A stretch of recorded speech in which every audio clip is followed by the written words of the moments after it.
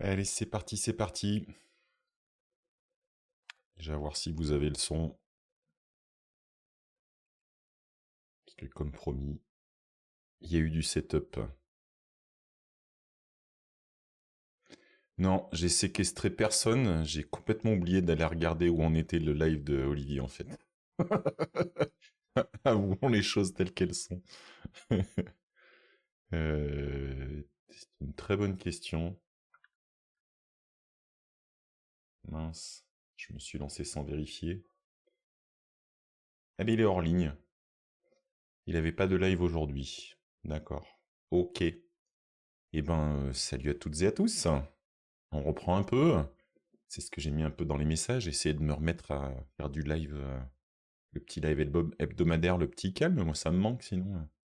Donc, je sais pas si j'aurai plein de sujets parce que j'ai moins préparé, mais c'est pour de bonnes raisons. Donc, je sais pas si je vous mettrai des photos là. J'ai pas eu le temps de trier, mais et comme je vous l'avais dit, j'ai commencé mon nouveau boulot chez Dataiku. Ça se passe bien, merci. Ça se passe tellement bien que du coup, je vois pas le temps passer. Je fais plus de la veille sur les mêmes sujets et je suis pas encore à la maturité pour vous présenter des choses. Je vous présenterai promis dès que j'aurai un peu pigé ce que je manipule et tout. Il y a quand même pas mal de data science, donc il a fallu que je me rafraîchisse les neurones. Si, je peux vous montrer un truc, je sais pas trop où est-ce qu'il est, tiens. J'ai reçu un truc sympa, voilà. Alors a priori, le cherchez pas dans les librairies, c'est un bouquin que j'ai reçu dans un petit kit de survie du débutant et du nouvel arrivant. C'est l'histoire, c'est toutes les innovations dans le monde de la data science. Donc ça va, le sous-titre c'est de From Bayes to Bayesian Neural Networks. Donc pour ceux qui manipulent ce genre de domaine, c'est l'historique de Thomas Bayes jusqu'à Bernard Schellkopf. Ça, j'ai tout le truc. J'ai bien sûr Alan Turing, Ada Lovelace et d'autres. Voilà. Il y a un petit historique à chaque fois, en forme de un petit peu de BD. Je crois qu'il y a même des QR codes. Je vous en dirai plus. J'ai reçu ça tout à l'heure, je n'ai pas eu le temps de regarder. Donc, non, je vais pas étudier ni Elon Musk, ni le fou Trump. J'ai... Faites votre choix. Moi, j'essaye de suivre tout en m'isolant un peu, sinon je vais devenir fou et foutre le feu dans les rues. C'est pas une bonne idée. Non, c'est juste que je m'étais auto-formé à pas mal de sujets autour de la data science et que là maintenant, bah, c'est au cœur du produit dont je vais être amené à parler. Donc c'est pas mal d'avoir des petites pistes à creuser. Et donc, bah, ce que je vous disais, ma première semaine s'est extrêmement bien passée puisque c'était le kick-off de la société qui avait lieu à Prague. Donc ça paraît fou, mais en même temps, c'était vraiment super bien d'un point de vue, même d'un point de vue boulot, parce que j'ai pu, euh, j'ai pu rencontrer beaucoup de gens, alors beaucoup trop probablement, parce qu'après tu peux pas retenir tout, mais j'ai surtout pu rencontrer bah, la personne avec qui j'ai travaillé au quotidien, mon manager actuel. C'est toujours bien de se voir comme ça, de manière peut-être un peu moins formelle, et puis il m'a présenté plein de gens, donc c'est bien maintenant quand je ping quelqu'un, j'ai déjà une petite idée de qui c'est, sa tête, lui aussi, donc c'est toujours pas mal, et puis ça m'a fait aussi tout ce qui peut se passer dans un kick-off. On va dire, toute la définition de la stratégie de la boîte, c'est quand c'est présenté directement par les personnes. Donc, ça me fait tout ce truc-là. Et puis, cette semaine qui s'est passée, pardon, la deuxième semaine pour moi, c'est la semaine dernière. C'est la semaine de onboarding avec plein de petites formations, plein de petites vidéos, sessions pour apprendre un peu tout ce qui se passe dans la boîte. Et puis, en même temps, j'ai une espèce de. Pas une espèce, j'ai un plan d'arrivée comme ça se fait dans pas mal de boîtes, mais là j'ai apprécié le truc avec une petite série de choses qu'il faudrait que je fasse d'ici 30 jours, 60 jours, 90 jours. J'avais jamais fait un plan aussi détaillé, et c'est plutôt agréable parce que ben, souvent quand on arrive, on sait pas trop dans quoi partir. Et donc, parmi ces tâches, évidemment, comme je connaissais que la surface du produit, j'ai pas mal de ressources, mais je vous les partagerai, je vais vous faire un tri. Oui, Nidouille, je suis d'accord.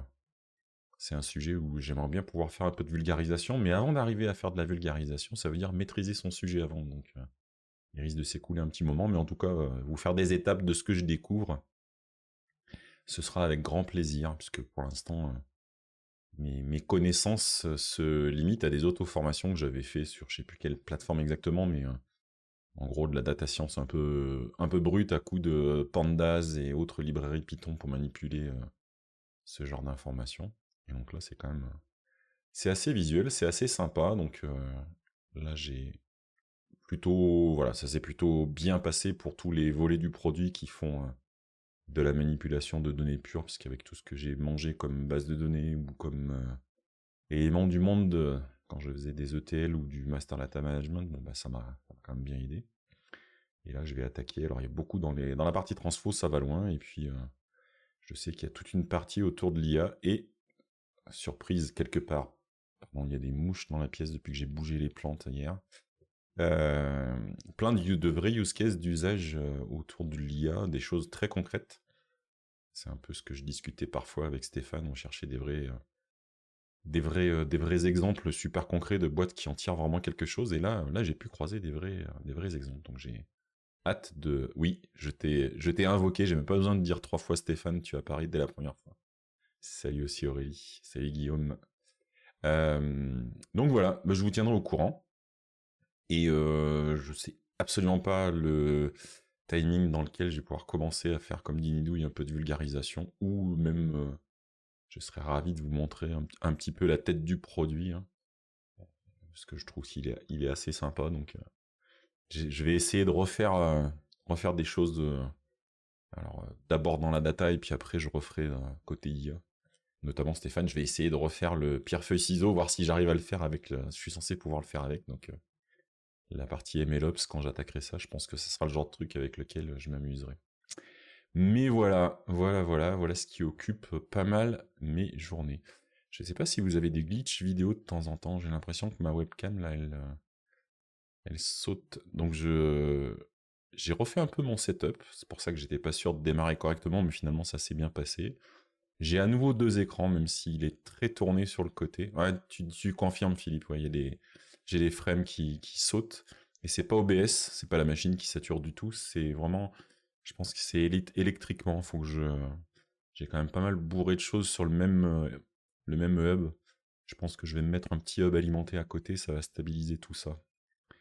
Non, c'est pas violent, mais je le vois de temps en temps, donc... ouais, donc j'ai quand même pas mal, surtout j'ai pas mal bourré de choses, notamment j'ai un des 2 écrans qui est sur une sortie en USB-C. Donc s'il y en a que ça intéresse, sachez que j'ai un setup qui me permet de switcher facilement de mon Mac mini au MacBook du boulot. Je les ai enlevés du bureau, mais je vous ai montré l'autre fois, j'utilise c'est les prises USB-C que je mets et attends, je vois un message de Nidouille. Chez moi, c'est ma lampe économie d'énergie qui a fait merder la webcam. J'ai pas d'éclairage dans la pièce aujourd'hui. Non, je pense vraiment que c'est électrique. Oui, donc j'utilise des petits... si je dois pouvoir vous montrer... Si je m'éclate pas les doigts en l'enlevant... Yes. Ça va être tout petit, je sais pas si ça saura faire la mise au point. Hop. Hop. Revient, voilà. Vous voyez, donc il y a la partie... hop, c'est pas évident de faire le zoom là-dessus, mais... C'est pas mon ZV1 encore, faut que je le mette le ZV1. Et vous avez une toute petite partie, et... De l'autre côté, ouais, ça arrive à le feinter un peu, mais c'est pas génial. Et l'autre côté, c'est une partie magnétique, ce qui permet... Attends, je vais le remettre pour pas le perdre. Ce qui fait que j'ai un des ports USB-C sur le MacBook et sur le Mac mini avec cet adaptateur-là, et je switch juste le câble qui relie l'ensemble du dock, où il y a tout branché dessus. Mon but, c'est qu'il y ait vraiment tout sur ce dock-là.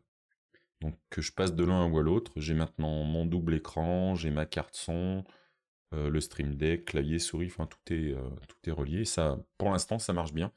Le top du top, c'est s'il y avait carrément... Alors c'est pas un KVM, parce que j'ai quand même pas mal de choses branchées dessus, mais si, c'est bien une forme de KVM, mais ça serait juste un switch, si j'avais un switch USB-C, je le ferais aussi. Ça serait bien aussi, je sais pas quelle est la meilleure solution. Pour l'instant, ça va pas mal, mais comme c'est quand même ça a beau être magnétique assez fort, Il y a quand même des fois, il faudrait pas que je tape dans le câble, normalement c'est pas le cas, sinon ça débranche tout, et du coup j'ai tout dessus, donc, y compris le réseau et tout, donc plus d'écran, plus de réseau, ça serait finito pepito. Tout ça pour dire que j'ai refait effectivement mon setup OBS. Au passage, j'ai... je peux vous le montrer peut-être comme ça. Attendez, on va faire comme ça, que je gâche pas mon auto truc. Si je fais ça, voilà. Donc là, j'ai toujours ma caméra circulaire. J'utilise toujours un masque de OBS. Par contre, là où avant j'avais créé une deuxième entrée sous un autre nom, il y en avait une qui était juste la caméra telle que, et l'autre c'était la caméra avec le masque appliqué, donc je faisais deux entrées. J'ai trouvé ce que j'avais pas utilisé, plein de gens qui utilisent plutôt des scènes et des sous-scènes en fait.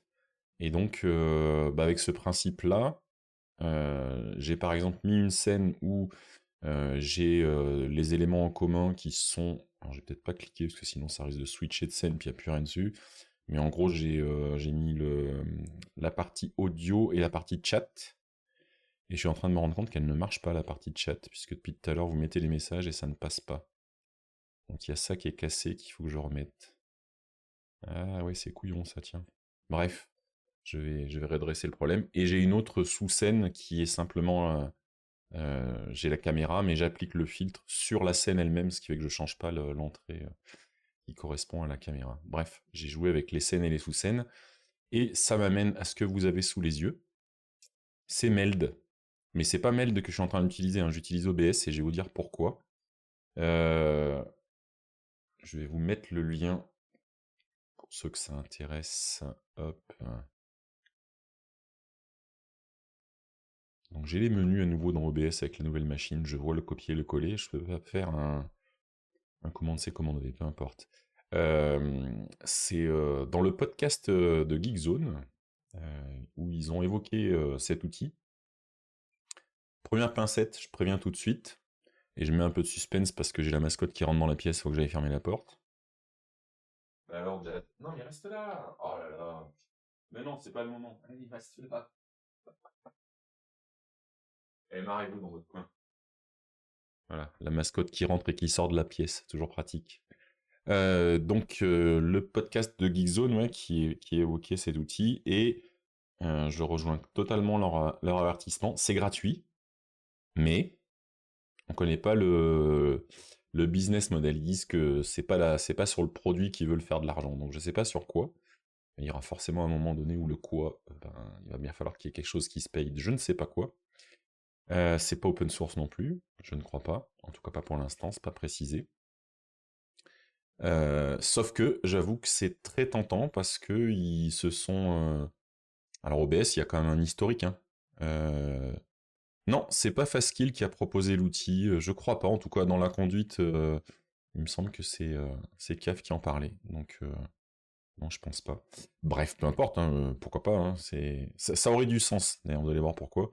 Parce que la partie audio avait l'air d'être plutôt bien gérée, à un détail près qui fait que du coup, j'utilise pas par exemple aujourd'hui Mail Studio, c'est que on ne peut pas, en tout cas pas de manière simple, faire comme je fais ici où j'ai des scènes où je mute mes sources, je les définis différemment. Alors peut-être que par le biais, tiens je suis en train de penser, par le système, ben voilà, je vais peut-être faire ça. Par un système de nested scene, peut-être qu'on peut jouer à ça et faire une scène avec, appliquer sur la scène le fait que ce soit mute. Mais je l'ai pas fait à cause de ça, parce que comme j'ai des scènes de présentation et de bye-bye, là où je veux pas qu'il y ait de micro, il faut que je résolve ce souci. Sinon, pour tout le reste, eh ben, j'adore OBS, hein, c'est performant, ça permet plein de choses. Par contre, c'est quand même pas la UI la plus accessible. En tout cas, ça demande de rentrer vachement dedans pour... voilà, quand j'ai refait le setup, il a fallu que je réapprenne pas mal de choses, alors que c'est quand même un outil que j'utilise depuis un moment. Là, il y a quand même pas mal de possibilités, et dans la partie audio, malheureusement, le truc que j'aurais voulu tester, c'est que c'est très simple de gérer le fait, vous savez, d'avoir le canal que votre audience entend sur Twitch, mais qui n'est pas dans le replay, quand vous voulez passer un bout de musique ou un truc comme ça, et que ça pose pas de soucis après coup. Donc ça, il le propose nativement, donc je voulais tester ça, mais comme je peux pas couper, j'ai pas le mute pour l'instant, je l'ai pas utilisé. Les transitions, alors moi j'en mets pas dans OBS, mais c'est extrêmement simple d'avoir des transitions d'une scène à l'autre. Et il y a Nidouille qui demandait à Philippe ce qu'il utilisait, OBS, et non, il utilise StreamYard, oui. StreamYard qui permet quand même d'avoir déjà, par exemple, le fait de partager l'écran et de positionner... c'est un outil en ligne, Nidouille, StreamYard. C'est-à-dire que tu as beaucoup moins de réglages, mais par contre, c'est tout dans une interface dans leur app, quoi. C'est une application, un site web chez eux. Et tu as moins de réglages, mais c'est assez simple. Et alors, tiens, puisqu'on en est à parler des outils, Philippe, tu as toujours ta licence? Moi, je ne l'ai pas reprise parce que je trouvais que c'était un peu cher. Il y a Ecamm Live Pro. Les tout premiers lives, je les avais fait avec parce que j'avais eu un méga prix sur une vente en fin d'année. Je ne sais plus laquelle des soldes de fin d'année. Et c'est vrai que c'était un super outil Ecamm Live, notamment le fait qu'il y ait la capacité à inviter nativement quelqu'un pour faire une émission où vous donniez un lien et vous aviez votre invité qui était en ligne sur votre diffusion. J'ai pas regardé Ecamm Live, donc je vais vous mettre le lien aussi. Pour ceux que ça intéresse d'aller jeter un œil. Mais là, on est sur du payant-payant. Hein. C'est cher. Ah, par contre, je suis d'accord, hein, c'est d'enfer. Hein. Ça... C'est pour ça que je suis étonné de voir Meld au milieu. Hop, si est-ce que je peux faire par product c'est Ecamm Live, mais voilà, pricing, c'est là. Donc, quand je vous dis que c'est pas donné, en plus, c'est un abonnement, vous n'avez pas le choix. Vous pouvez, si vous le prenez de manière annuelle, c'est quand même 192$. Alors après, attention, hein, c'est vraiment un super outil pour l'avoir utilisé. C'est vraiment un outil d'enfer. Hein. Il y a vraiment des choses, les systèmes de widgets, enfin, il y a une UI pour la peine, ils se moquent pas de vous, c'est vraiment un produit super complet. Est-ce qu'ils permettent...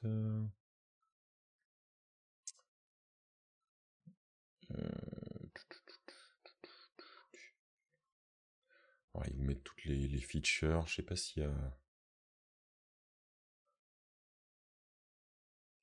Ouais, il y a quelques effets sympas qu'on peut rajouter. Il y a des overlays qui sont pas mal. C'est par exemple très facile, ce qui est vrai aussi avec StreamYard, mais il y a quand même moins le choix. Si vous voulez des overlays, comme vous voyez là sur la démo, là, vous pouvez avoir votre titre et puis vous pouvez avoir des choses dynamiques qui apparaissent en bas. Genre vous avez quelqu'un qui a fait un commentaire. Donc là, ce que je suis en train de dire, c'est vrai pour Ecamm Live et c'est vrai pour StreamYard. Vous pouvez prendre un des commentaires et le balancer sur l'écran pour le faire apparaître un certain temps sur l'écran, puis éventuellement commenter. Mais vous pouvez avoir plein de... Puis alors là, avec un Stream Deck, c'est pas mal. Vous pouvez avoir plein d'éléments que vous pouvez basculer sur votre écran en fonction de vos besoins.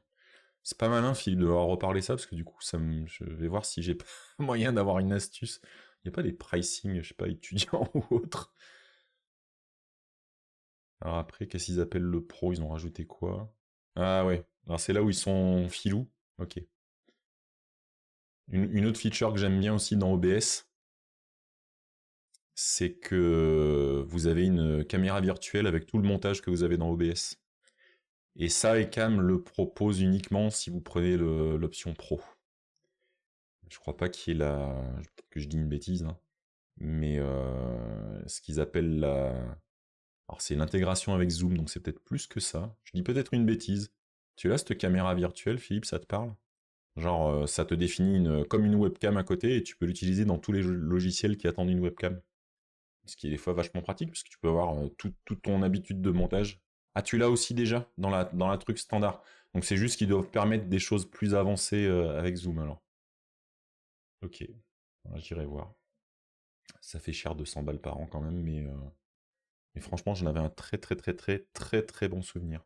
Et c'est pas mal ça, tiens, Philippe, merci de m'en avoir reparlé. Ah non, t'as carrément pris le pro, toi. Ah oui, d'accord. Ok, ok. Mais le studio a vraiment des features, c'est marrant, de Ecamm Live. Donc je vois pas comment, entre OBS qui est open source et gratuit, euh, et puis de l'autre côté Ecamm Live qui est très cher mais avec plein de features, Je vois pas comment ils vont se positionner, parce que dans les trucs que je me rappelle que j'aimais beaucoup dans les cam live, par exemple, là, le mode comme vous voyez là avec la vignette, c'est 2 clics de souris, hein. Vous dites la caméra, elle va dans tel coin de mon écran, je la veux circulaire autour, ça applique le masque tout seul. Et là, dans Mail Studio, vous l'avez aussi, ce genre de fonctionnalité. Euh, Ouais, ça sent la vente de service, mais j'arrive pas à me dire quoi pour l'instant, donc je vais garder un œil dessus, hein, parce que en plus, je suis pas persuadé que ça soit sans bug aujourd'hui, hein, il y a peut-être bien des trucs. J'allais dire, je sais pas comment le chat s'intègre, mais vu comme je viens de merder le chat, d'ailleurs, si je clique, est-ce que je disparais? Attendez un instant, attention cascade. Ouais, j'ai switché sur la scène où j'ai mes éléments en commun, à savoir le chat et ça ne marche pas. J'ai pas le chat, c'est dommage, c'est dommage. Oui, ils peuvent vendre des overlays, mais on a déjà streamé Elements qui est sur ce créneau-là et ils n'ont pas réécrit le logiciel. Ils ont juste un espèce de, je sais pas comment ça marche d'ailleurs. Je suis pas sûr que ça soit bien génial en termes d'open source. Et ils prennent, ils forkent, je pense, OBS et puis ils rajoutent un peu des éléments à eux, Stream Element. Et effectivement, ils vendent du service tout autour. Mais ouais, bah, à surveiller, à surveiller. Bon, je suis un peu déçu aujourd'hui, je pensais avoir tout remis mon setup comme il faut, et je vois que j'ai toujours pas mon chat comme il faut. C'est un peu dommage. Eh ben, j'aurai ça à fixer pour la prochaine fois. Je pensais que c'était bon, mais ça n'est pas bon. Sauf si vous voyez par magie le chat, mais je crois que si je bascule de scène, non, il n'y est pas mieux. Ils vont vendre de l'IA? Ouais, probablement. Probablement. Bref, donc c'était mail de studio. À vous de voir si c'est quelque chose que vous voulez essayer. Ouais, mais alors pour Mail Studio, je peux parler au moins pour celui-là puisque je l'ai fait. Quand il se lance la première fois, t'as une espèce d'outil de migration et il te récupère tes scènes et a priori elles sont d'aplomb. Sauf que moi j'avais pas les scènes aussi compliquées là, j'ai pas refait l'import. Faudrait que je reteste de faire un deuxième import maintenant que j'ai des scènes plus compliquées. Je retesterai, tiens. Je te dirai ça, Nidouille, j'essaierai de tester, puis je ferai des petits messages sur un réseau social ou un autre. Euh, Sauf si t'as vraiment un truc, oui, hardcore, hein, c'est possible aussi hein, en termes de setup, je sais pas ce que tu as. Alors quand il y a plein de modules, ouais. Moi j'essaye de pas rajouter trop de modules en plus, quoi. Parce que c'est vite effectivement l'enfer. Et je suis en train de penser, personne m'a rien dit depuis tout à l'heure, mais je stream avec un titre qui ne veut rien dire et qui est surtout le, le titre du 176. Je vais changer ça quand même. Euh,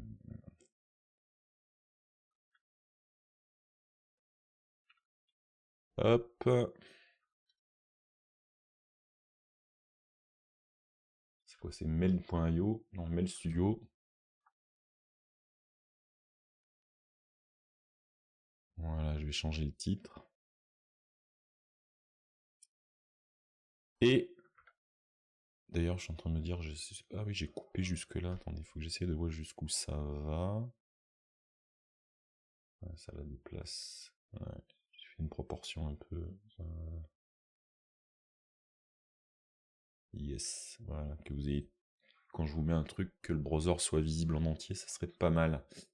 Euh... Hop, pas celui-là. Excusez-moi, on va y venir. Je vais vous passer le lien. Hop. Voilà, alors en plus, s'il n'y a pas eu de live, s'il n'y a pas eu de live d'Olivier, vous allez adorer. Et ce Mac Mini me demande, Philippe, eh ben écoute, moi j'en suis ravi, ça branche pas, ça chauffe pas, ça bouge pas. J'ai fait finalement moins de modèles locaux que je pensais, parce que j'ai vraiment beaucoup de choses à remettre en setup, et puis j'ai le boulot qui démarre à côté. Mais tout ce que je lui ai demandé, ça, il n'y a rien qui bouge, donc c'est très agréable. Mais je vais d'abord vous faire, voilà, ma petite blagounette du jour. Je vais vous mettre le lien de d'où j'ai sorti ça juste après. Euh, je ne sais plus pourquoi, mais en tout cas, ce week-end, j'ai vu passer plein de messages sur plein d'architectures différentes, mais une espèce de retour de on s'amuse à faire de l'assembleur, donc pourquoi pas. Et là, c'était un article qui, alors, n'était Pas complet. Oui, oui, c'est de l'assembleur. Et c'est de l'assembleur, en l'occurrence, qui va fonctionner là sur le Mac. Je vais vous montrer ça tout de suite. J'ai même fait un petit makefile. Et justement, le makefile n'était pas présent dans le premier lien que j'avais vu. Je suis allé chercher un autre article. Donc, probablement... Je sais pas si celui-là, c'était un message de... Bah, si tu as un message en tête, Nidou, je veux bien. Oui, oui, je les ai vus qui parlaient de... Mais je sais pas si c'était de l'assembleur macOS. Peut-être les à Linux. Bref, je me suis repenché sur le sujet. J'ai trouvé ça... ça m'a rajeuni, comme dirait l'autre. Ça m'a remis... Ah non, c'est de l'assembleur x86. Oui, oui, là, d'accord, je vois. Je vous retrouverai le lien exact. Je vais vous balancer le lien du dernier article là, finalement que j'ai utilisé. Et donc, bah, quand on y réfléchit bien, ok, ça paraît comme ça un peu vide de sens. Ce qui manque ici, c'est que l'exemple que j'avais vu où il y avait des commentaires qui donnaient dans le code assembleur exactement ce à quoi correspondait chaque instruction. Ici, en fait, il a pas mis tous les commentaires dedans. Donc peut-être que je m'amuserai à refaire le truc, puis je reposterai ça quelque part avec tout le détail. Je ne sais pas si c'est spécifique à macOS ou à l'architecture Mac, mais voilà, il y a besoin d'un certain nombre de symboles, à commencer par le global start, c'est utilisé au moment du link. Le align que vous voyez, je triche, hein, je suis en train de lire l'article en même temps, hein, je ne suis pas devenu un expert assembleur en un week-end. Vous avez l'alignement en fait, qui est généralement 2 ou 4, le align to. Et après, vous avez le vrai point d'entrée qui correspond, si vous faites du développement en C, c'est votre fonction main. Et dessous, vous allez avoir, alors à partir de la ligne 4, je pense que c'est assez gros, ça va, vous me dites, hein, je peux zoomer, comme il n'y a pas beaucoup de... Il n'y a quand même pas grand chose à l'écran, je peux zoomer encore un peu. Voilà, tac. Voilà. Vous allez avoir, de toute façon, en assembleur, le principe, c'est quand même de manipuler des registres et puis des adresses, des choses comme ça. À un petit détail près, vous le verrez dans le dernier appel qui est fait. Et les premières choses qu'on fait, c'est de dire qu'on va positionner dans le registre X0 ici, vous voyez là. En fait, on va lui donner la valeur 1. Et ça signifie tout bêtement, c'est pareil, si vous avez des références en C, c'est souvent un peu plus facile si vous avez des références en C, mais ça correspond au stdout en fait. Donc ça veut dire que là, on va chercher, là le but c'est d'afficher une chaîne de caractères, on va afficher hello world à l'écran. D'ailleurs, on va pas afficher hello world, hein, on va faire la modif qui tue one again, et calm on va faire. Et donc là, simplement, vous lui dites que, à un moment donné, vous allez vouloir utiliser les entrées-sorties, et en l'occurrence, ça sera le stdout. Ce que vous souhaitez faire derrière, c'est ici, tac. Vous lui dites que vous voulez mettre dans le registre X1, vous voulez mettre en fait l'adresse du label MSG. Donc le label, vous l'avez juste en dessous, là, vous l'avez là, c'est MSG. Vous lui dites que c'est une chaîne ASCII qui va contenir le message que vous souhaitez afficher. Hein. Appelez ça, c'est un label, mais appelez ça une variable si vous voulez, hein, ça fonctionne, peu importe pour ce message-là. Et ensuite, il va falloir faire des choses que vous n'avez peut-être pas l'habitude de faire quand vous avez un langage un petit peu plus évolué, ne serait-ce que le C ou un langage d'un peu plus haut niveau. C'est qu'il va falloir préciser le nombre de caractères que contient, d'ailleurs c'est faux ce que je viens de faire, puisque WORLD, et oui, donc là j'en ai pas 13, 2, 3, 4, 5, 6, 7, 8, 9, 10, 11 avec le point d'exclamation, et je pense qu'il compte celui-là. Et j'avais World avant, W-O-R-L-D, et je sais pas si c'est calme. Ah, voilà, c'est ça, il faut un moins. Vous lui donnez la taille en fait que votre chaîne fait pour qu'il puisse l'afficher. Vous passez ensuite dans la partie, donc le registre X16, c'est que vous allez faire un appel système qui va effectivement afficher à l'écran, vous préparez, vous lui dites que vous faites ici le syscall numéro 4, c'est que vous allez écrire. Donc je vous rappelle qu'au début on a dit qu'on allait écrire dans ce qui était stdout, et là on dit qu'on va écrire. Et en dessous on fait ce qui est un supervisor call, c'est un software interrupt, pour ceux que ça intéresse, qui va donc lancer le syscall effectif. hop. Et si je vais jusqu'à la fin, est-ce que ça marche avec les emojis? Je pense qu'en assembleur, ça va être plus compliqué, puisque là, on a dit que c'était de l'ASCII. Donc, je pense que ça ne marche pas avec des emojis. Déjà, on va voir si ça marche après ma modification. Et donc là, quand vous avez cet ensemble, vous avez derrière un petit makefile, je vous ai mis là, hein. Vous avez deux étapes. Vous avez la première étape ici, qui va consister à passer du code source. J'ai fait le fichier main.s, là, qui est le code source en assembleur, et on va faire l'objet en lui-même. Donc c'est la partie AS, c'est la partie assembly. À partir de là, vous avez certes un objet, mais c'est pas encore un programme. Et là, c'est probablement, je pense, beaucoup plus simple sous Linux, où vous allez faire la phase de link qui va donner réellement l'application. Donc si vous aviez plusieurs objets, c'est là où on les assemble. Et ici, ces petites particularités de macOS, il faut que vous rajoutiez la librairie système. Là, voilà, j'ai récupéré le chemin sur ma machine.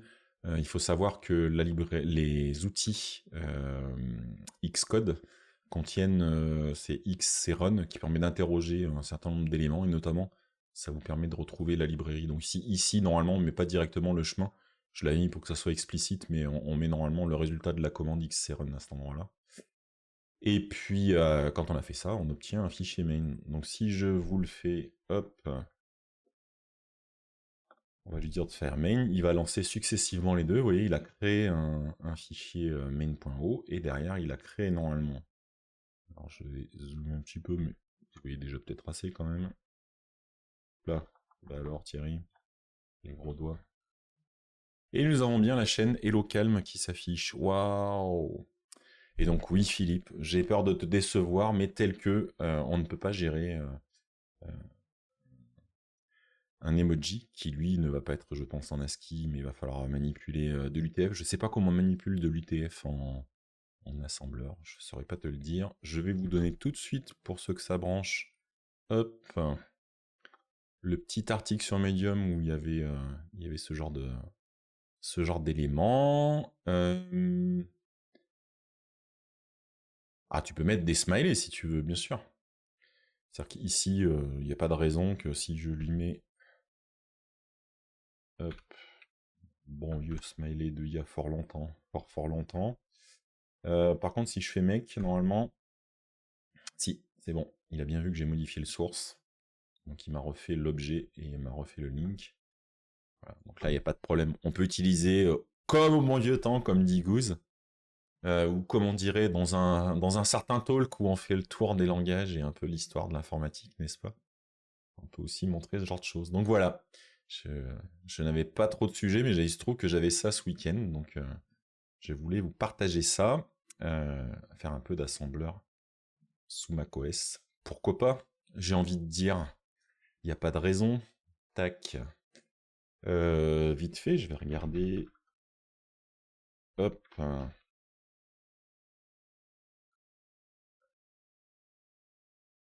Parce qu'il y a des gens qui se sont posé la question. Alors. Ah, mais c'est en DOS.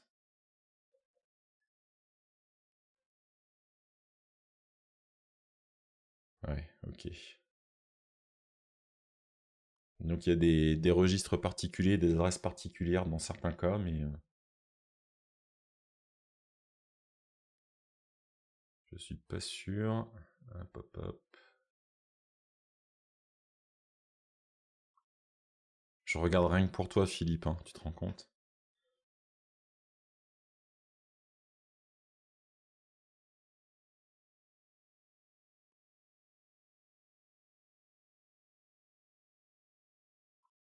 Ouais. Non, c'est un excellent sujet, hein, afficher un emoji en assembleur avec macOS.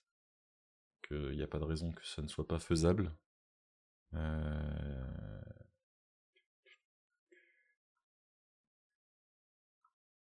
Ouais, je trouve des exemples en DOS, mais pas pour l'assembleur. Hop.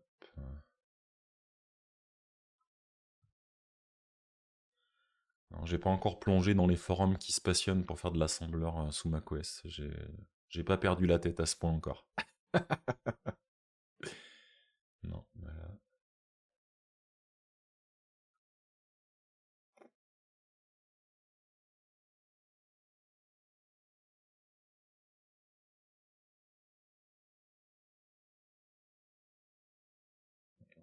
C'est pas straightforward. C'est une question pour un entretien? Bah là, mon gars, je t'invite à me poser ce genre de questions en entretien. On va avoir une discussion, elle sera compliquée, hein. Ou alors j'ai vraiment postulé pour un poste qui disait qu'il fallait maîtriser l'assembleur sur le bout des doigts pour macOS, hein. Ça donnerait lieu à une discussion intense et rapide. Et ben, moi, je vous invite à me faire des suggestions, hein, de m'envoyer ça sur n'importe quel des réseaux sociaux. Ou, alors tiens, est-ce que ça fonctionne ça? Yes, pas du tout. Ah, le lien est pété, mince. Que j'ai cassé. Hop, configure Stream Deck. J'ai mon lien qui permet normalement d'envoyer dans le chat. Ah, yes. Ah, j'ai compris, j'ai compris. J'ai pas remis mon intégration Discord encore. Ça ne marche pas. Parce que j'ai oublié cette étape. Mais bon, sur un setup complet, c'est pas trop vilain. Tac. Je vous remets le lien du Discord et venez discuter sur le Discord de comment on peut s'y prendre pour afficher un emoji en assembleur sous macOS. Je suis sûr qu'il y a des gens qui sauront faire. Ça sera intéressant. Moi, pour l'instant, je ne sais pas faire et je saurais m'en remettre. Donc, il faut que je réactive cette histoire de Discord.